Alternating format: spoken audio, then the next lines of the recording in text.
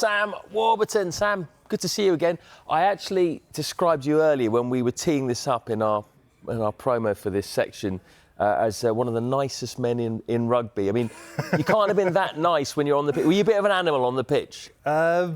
Oh, yeah, it's weird. Like, you do have to sort of flick a switch when you play rugby. There's a certain emotional state you have to be in to play that game. But as my mum said, manners don't cost a penny. So, yeah, off camera, or off the pitch rather, probably quite a different person. Definitely one of the nicest, isn't it? I went one further and said nicest man in sport. So just, you know, just putting it out there. That's a big call.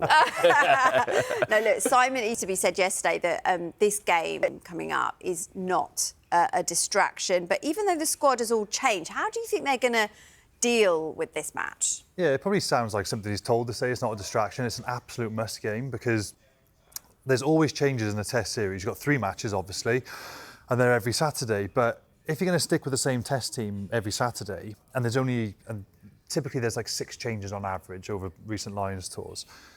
If you don't have this game, then players might not play. Say they're called up suddenly on Test 3, they might not play for 3.5 weeks. So you have to have this fixture to keep the players who are the next cab off the rank battle hardened and battle ready. So it's also an audition that there's a couple of guys who've got knocks. It's also an audition that there's a couple of as well. So if there's, then they'll be potentially, players have forced their way into this Saturday's team then as well. Then they'll be the first in line to come in next Saturday as well, which is likely to happen. There's going to be a few changes. So it's a great audition for these players as well. I mean, Owen Farrell could be one of those players, although this is his first start of the tour, isn't it? Easterby said he was the obvious choice to be the captain. Do you agree with that? Yeah, he is. The amount of experience he's got in what is quite an inexperienced Lions group as well. And also, even if there are players who've been on Lions tours before, say 4 years ago, it was a very different Lions tour. And speaking to those players, they said it almost didn't feel like a Lions tour because there was no fans. It was during the pandemic. So Owen's been on 2 Lions tours before that where he knows the hype around match days. And also, you got Marcus Smith who's on the bench in the first test. Owen Farrell provides an alternative to Marcus Smith, given his versatility. He can play a couple of positions in the back line. So if Owen Farrell goes well, I would not be surprised if he ends up having a Test 2 or potentially Test 3 call-up as well. Wow. How desperate are the players going to be to impress? Because for some of them, it could be their last chance on the tour. Yeah, it is, yeah. No disrespect to home nations now, and some players have been called up from the Scottish team, from the English team to play in this game. Playing a midweek game for the Lions is a greater honour than playing for your country in a summer tour. No disrespect to the countries, they know that, and every player will say the same. So to play in this game is still a huge honour.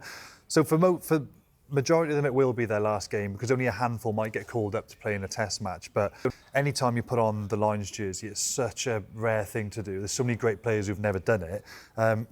Irrespective of whether it's a midweek Test or a Test match, of course it's all about the Test series. But yeah, it's still an enormous honour to put on that midweek jersey as well.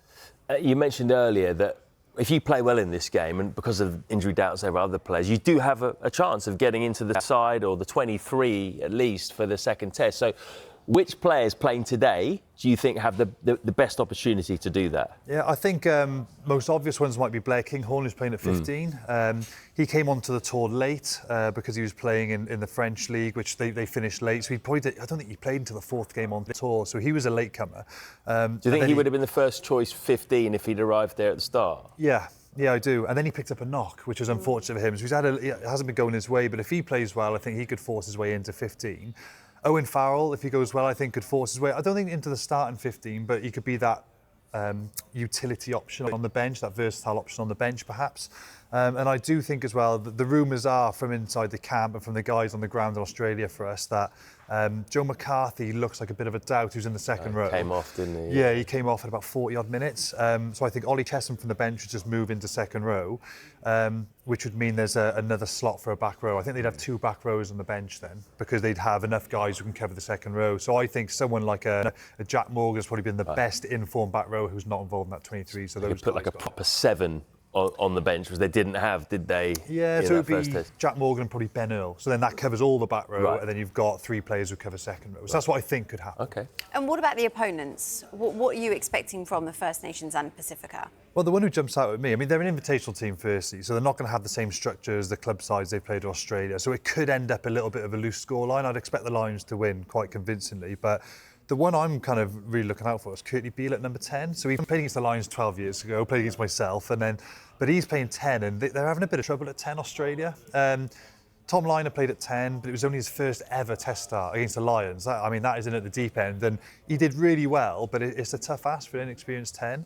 If Curly Beale goes well, then I don't know, who knows? Does he get parachuted into the Australian team? So I'd be keen to keep an eye out on how he plays at 10. I can't believe he's still playing. I know. My age. Well done him. What about the Wallabies in general then? I must say I was watching that first test and I was just thinking, I just felt the Lions were so far ahead of them. Initially in their first halves when they just kept them at arm's length. Do you expect them to be better in this second match? We can't escape this, but in the professional era anyway, my memory is not good enough to go back. I presume it could be for the foreseeable past.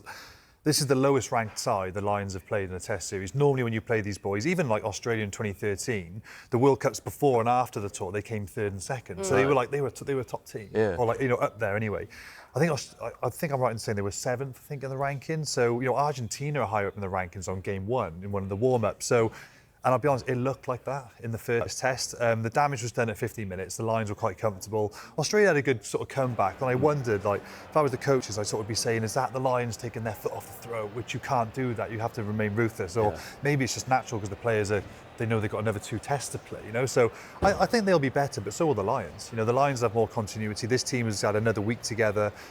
So I expect another Lions win today on Saturday as well. Yeah, so expected to be about 90,000 on Saturday. I know you mentioned that your memories are going, but did you ever play in front of a crowd as big as that? Yeah, it's weird because when you it doesn't bother you at all because when you think of I can imagine why people ask that question because if you were just parachuted into the 90,000, you've never experienced it. Yeah, fish out of water, what is going on? But you've kind of gone through.